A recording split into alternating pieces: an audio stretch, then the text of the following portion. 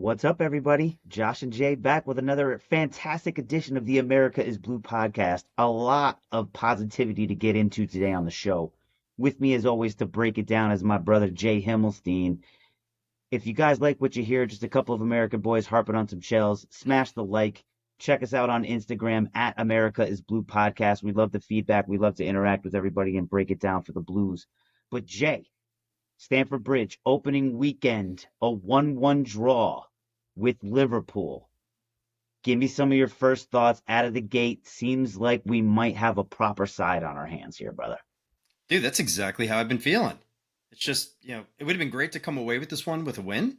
That would obviously have been ideal. I think we probably could have come away with a win, given the way that the game flowed. But there were so many positive things that I saw, just strategically speaking, with the effort that the boys were putting out there, with the fitness that they displayed. We have an actual competent football team to cheer for and to back, which is so fucking refreshing. Ugh. It's great to see. So I'm hoping now the more time these guys have together, the more development we see from the younger guys, the more coaching that they get. I think we are definitely on an upward trajectory, which is awesome. And it feels good. And you want to embrace this squad already. Just seeing the effort that they were putting out there. They're already endearing themselves. They're showing it's a new brand. This is clearly, a new side, not the same, group of guys from last year. And you hit on my favorite 2 points, man. Fitness and effort. Those are the two things that are just, completely within the realm of your control as a player. And everybody laid it out. Not everybody had fantastic performances, but everybody's effort was commensurate with the badge and the expectation of the people in the stands and the millions of people that watch them from around the world. So glad to see that turn around, and it's definitely a reflection of Mauricio Pochettino.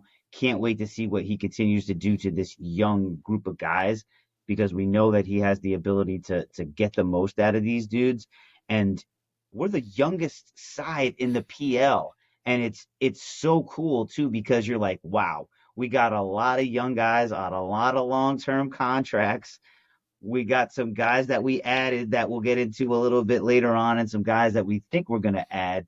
But as far as Liverpool is concerned, I think right out of the gate, we saw a surprise, tactical change with Mr. Pochettino going three in the back with your boy Eli Colwill, a debutant in Axel Disasi, which neither one of us saw that coming, and the Rolls Royce Thiago Silva. Back three. It was shocking. I mean, we didn't see, I think in the preseason, we caught, I don't know, maybe 20, 30 minutes of playing with a back three in one of the Not games. much. For the most part, we were running out Pochettino's traditional 4-2-3-1. I think we were expecting that. It's like if it wasn't broke and we were playing fluid football, why fix it? And after, given the personnel that we had, and after watching the game, I understood why we were doing it. I understood that he saw that we had certain strengths and certain weaknesses in certain areas of the field that he thought that we could exploit. And having wingbacks that were going to be flying up and down the field was going to allow us to take advantage of it. So, again, these are the type of things that we were just missing for a long time now. Is just seeing the tactical and strategic element of your skipper taking the ball at Clay, molding it, and getting these guys out there and getting them to perform at a high level. So I think it was smart that we ultimately ended up doing that. There were a couple of other decisions that were made from a timing perspective that I did question. I would say, namely, we were hammering their right side for most of the game. I would have liked to us to maybe shift that up a little bit earlier, as opposed to bringing Mudryk on at the very end of the game with only about 10, 12 minutes left.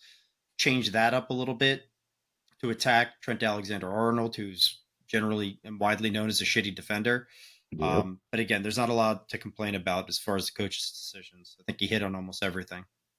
Well, it helps having the best right back in the world available, and it helps having the best left back in the Premier League available. That definitely helps. And look, I'm just happy also Reece survived. He didn't come off injured. Granted he was replaced by Malo Gusto, but it was just nice to make sure that he walks off. Newly minted captain. We need him for the long haul. Let's make sure that we keep Reece James available and fit. He ripped in some really nice crosses. He and Raheem Sterling, started to make things difficult for Liverpool. And let's not forget, we were on the back foot the first 10, 12 minutes of the game. Liverpool were really taking it to us. And then, letting Mo Salah onto his left foot, he finds Luis Diaz and puts it into the back of the net.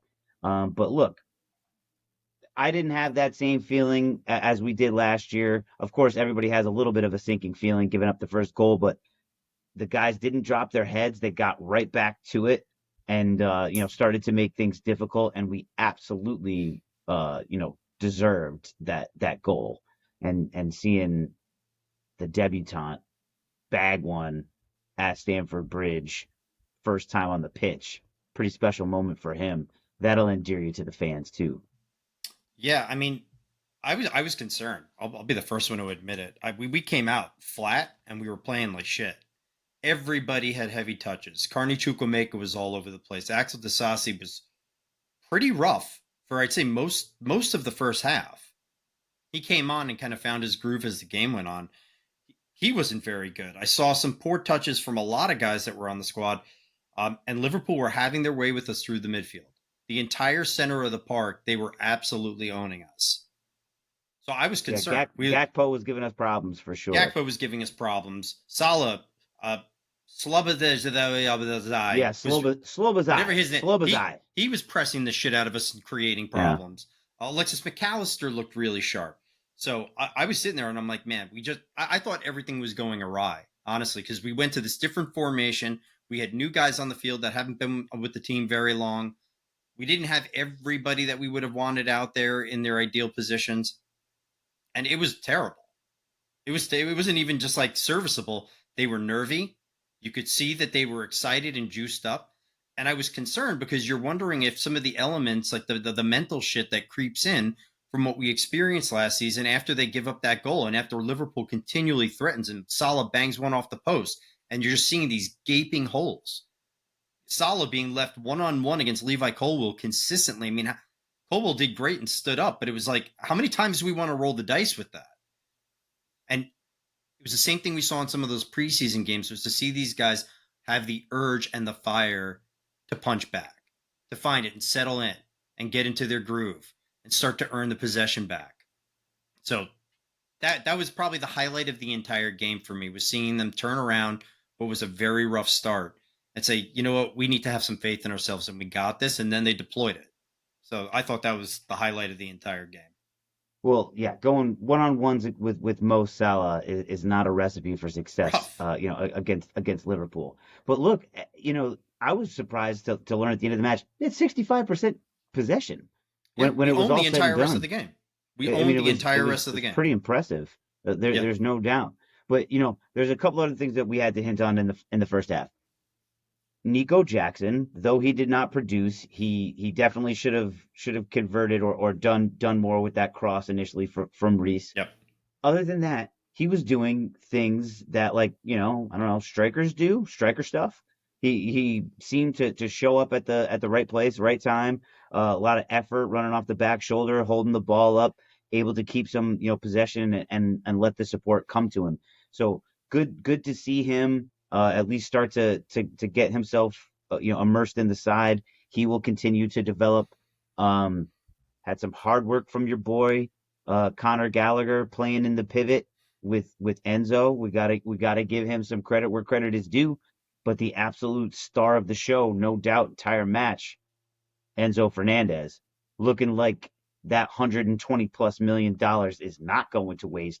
That dude has a world class engine. The skill on that dude is unbelievable. And now I guess we can just maybe just mash it into the conversation here with Moises Caicedo joining him. The joy I now feel in my heart that I think we are going to get to see Enzo Fernandez completely in his element, gloves off, allowed to just focus on pure creation and football rather than, kind of full-time defensive duties. This is going to be very interesting, man. This is going to be very interesting. All right. So there was a lot to unpack there. Um, Let me start from the back. Nico Jackson is the man. I don't know if he's ever going to be a world class striker, but he does everything well. He's strong. He's fast. The one finish was a little disappointing. It happens to everybody, no problem. But the threat that he poses to these guys' back lines is a problem. The pace The that he's run able at to the end go, of the game the too. power, Wow. he's a problem. So probably our, I mean, we'll see what turns out at the end of the window, but probably our best signing. Probably our best signing. I mean, Hugely important. definitely the most valuable, the most efficient, at the most Oh, economic value signing for on what we're money, getting there. value for Um, money for sure. if he can stay healthy and if he can continue to play this way and be this all around striker that does everything well, gangbusters on that.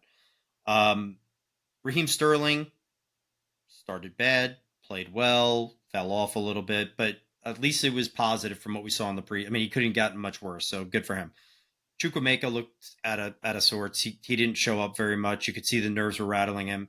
Enzo, the man, back line, except for Dasasi at the beginning, I thought he was off the pace a little bit, but overall, excellent performances.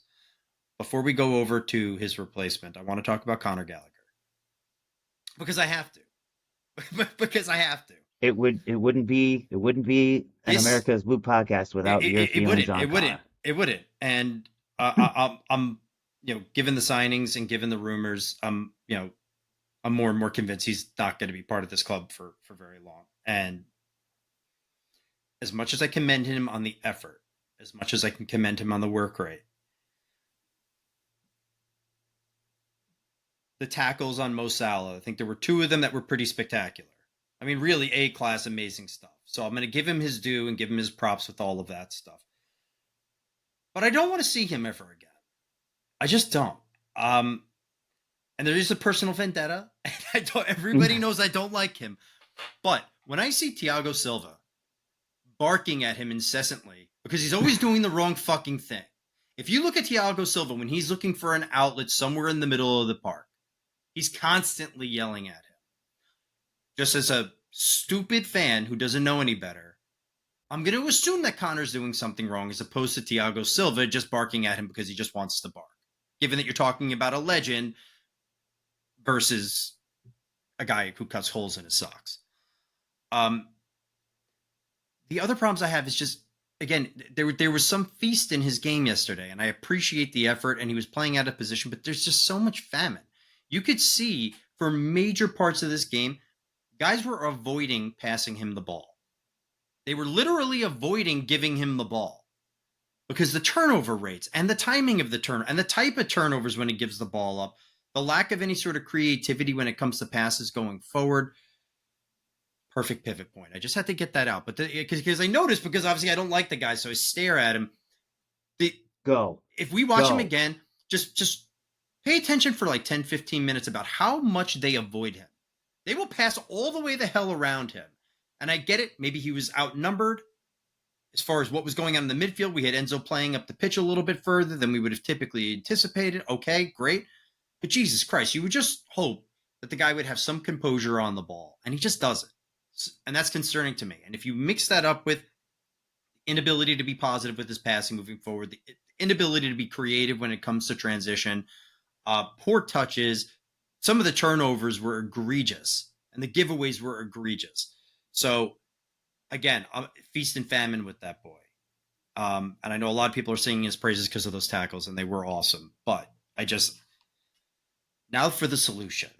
Now for the solution is somebody who can play in the midfield literally everywhere. And obviously we dropped a literal fuck ton of money on Moises Caicedo. I mean, I've been watching a couple of highlight packages. I literally hadn't watched any because I didn't, everybody, oh yeah, I know he's really good and all that stuff. Until he was actually signed, I didn't allow myself to indulge. And I indulged a little bit today. And I cannot wait to have this guy in the side. I mean, all right, what'd you like? Tell me what you saw and tell me what you like. Oh, just he's going to give us the ability to go from defense to offense transitionally so much faster. He's going to have, I know that he's going to build up a chemistry with Enzo.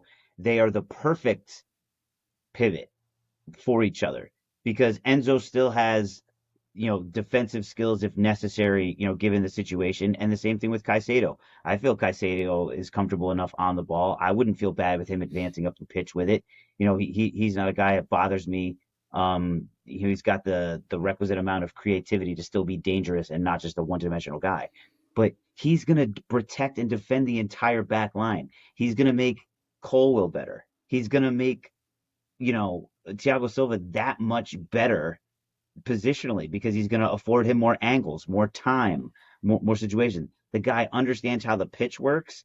And again, another young player who's going to be able to take instruction from Maurizio Pochettino. He is going to make our midfield completely strong, getting it out on the wings to Reece James and Ben Chilwell. Come on, man. That is a real recipe for success. And if we can get some finishing up front, forget about it. We've got a real definite chance to compete. Yeah, the money is unfathomable to me. It is crazy. But I guess it's the going rate. I mean, there was a similar amount of money spent on Declan Rice. I'm not comparing the two players, and the circumstances were different because we had a bidding war and all the bullshit and buildup. But if we leave the price tag out of it, if we leave any sort of the economics out of it, he's gonna unleash Enzo Fernandez finally because Enzo's been locked down and has been chained to a post. He's a tremendous defensive stopper. He's everything you said. He's got the ability to move forward. He's good with the ball at his feet. He can pass. He can unleash a counter. Watching the game yesterday and seeing so many positive things from all the other guys on the field and not having that guy there. Like not having that guy, like when Enzo eventually had to fall back toward the second half and at the end of the first half, because again, they were just working us through the middle of the field and we needed the extra body back there. You could see that when Enzo received the ball, he's cool, he's calm, he's collected, and then he was unleashing these guys. He was playing these perfect little lob passes right over the top, hitting these dudes in stride. To have another guy on the other side who maybe doesn't quite have that perfect touch, but can absolutely do those things and can move up and can allow Enzo to be more creative and free roam, the returns on that investment on the pitch are going to be exponential for everybody. He's going to unlock everybody. His position is just at such a premium right now. You got to have that guy. Arsenal went and got Declan Rice. Man City already has Rodri. We got Moises Caicedo now. That's, Casemiro. That, you have to have that guy. We finally have the guy. It used to be N'Golo Kante for us. Yeah. Now we've got Moises Caicedo. What would you pay for N'Golo Kante right now in his prime? What would you pay? Oh, Caicedo money. More. I mean, more probably. Yeah, I mean, it's just So I get it. The money thing is still mind-boggling to me, and I still have this little inkling of concern that at some point in the next year or two we're going to get slapped with something. Because as much as I trust these guys and trust their business acumen, it's insane how much money is just flooding out the door, and it's like after this another defensive midfielder, young guy who's a great talent, and then maybe we're going to get Elise, and then maybe we need to get another striker, and then maybe we need to figure out a way to throw some money out to have a backup keeper. Like, it is bonkers. This is fantasy football. It's stupid. It's just bonkers. Yeah, but I hope we don't get into trouble. And look, Connor's going to get sold. I think you got to sell Trev. I hope so. Kepa's going to go. Lukaku's now definitely going to get sold to the Saudis. That Neymar's going. I hope so. I sure hope so. I hope that works itself out. But look, man. Bottom line is, after Mo Salah hits the second goal, it gets waved off. We got a chance. I lost my mind for a second when I thought Chile scored that second one, and we were going bonkers.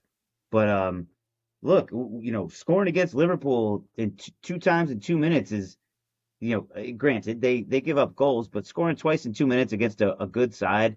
Even though he was a fraction offside, it still just shows that we have the ability to carve somebody open and to take advantage of, moments of vulnerability in the opposition. And hopefully we can continue to exploit that stuff and just continue to put it together.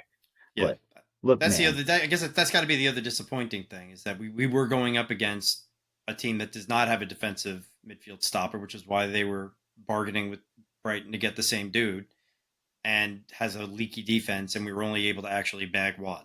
And the actual chances, like the real chances to score, were fairly limited. So they still have some work to do with putting it together up front. But I think the dudes are there. Maybe a little bit of reinforcement with the winger, and again, we're on the right track. We're at the start of something that's going to be very fun. No doubt. And then just, back to the CDM thing, it used to be Fabinho for them. They had their dude. So it just continues to show that, how important and what a premium that position is. But look, bud, guess what? We're back to doing man of the match, which as always is brought to you by All Out Fitness. Chelsea with the 1-1 draw at Liverpool, Jay, opening weekend. Who is your man of the match? It's gonna be boring because we probably got to go with the same guy. It has to be Enzo. There's only one choice. It's Enzo. I always hate when we pick the guy who's already been like proclaimed the man of the match. But dude, the guy is he's special. He's so good he's so comfortable and cool on the ball. He's confident. There's no phase in his game. He plays these perfect balls over the top, unleashes the attack, and dude, that's the best part about Caicedo. It's the best part is that we finally get to see the dude that we bought when we splashed all that cash on Enzo. So I'm sure he's the happiest dude in the room. He's like, fuck, thank God, finally, I can actually do my thing. So that's going to be awesome. A 230 million plus midfield. It's so stupid, dude. It's so stupid. Pretty impressive. Pretty impressive stuff. So, Jay, we got West Ham coming up at the weekend. I'm assuming you're man of the match? Yeah, I said it's Enzo. Okay. I did it. Right. I did it in unison with you. Save you the trouble. Okay. I mean, it's the only way. Man, he just looks so good out there, man. And especially in the number 8. I can't wait for him to score a goal a la Frank Lampard and get the account open. He's dying to score. I think once Enzo gets one, it's going to be the first of many. I think he has the potential to be a double-digit goal scorer for us this year. I'd love to see that happen. But yeah, bro, we got West Ham away this weekend. Hammers aren't looking so hot, man. We got to start stacking some points. I really hope we can go out and take it to him, punch him in the mouth. Absolutely. I want to throw one other thing out there to you. I'm assuming you know who Tony Bloom is? Of course. Okay.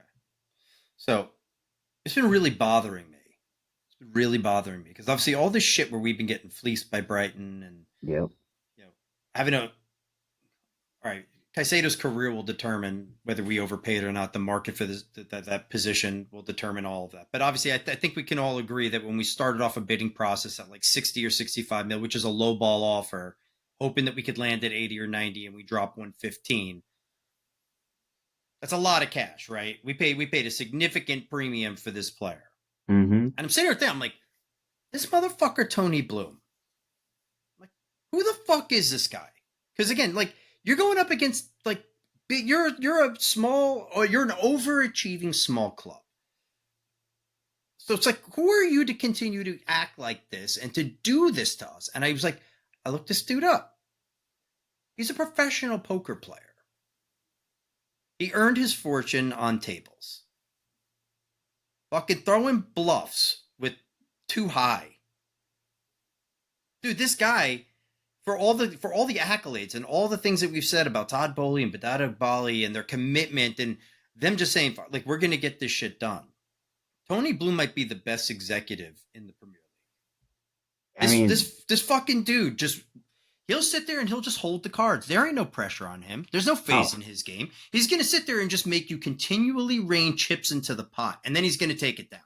What he did here with this negotiation and then somehow roping Liverpool into this thing and working it, dude, that guy is a shark. I want nothing to do with another Brighton player as long as he's in charge on the other end of the table. That guy is ridiculous. Got balls that can fit inside a dump truck. Like, it's just, he's Go to other clubs. There's talent everywhere. Fuck that guy. Get him at Strasbourg. I don't want to play with him anymore. Well, excellent commentary, my man. Love doing this. Excellent points. Love talking some Chels with you. If you do like what you hear, give us a follow, give us a like, give us a comment. We love you out there. America is blue, and we'll talk to you soon.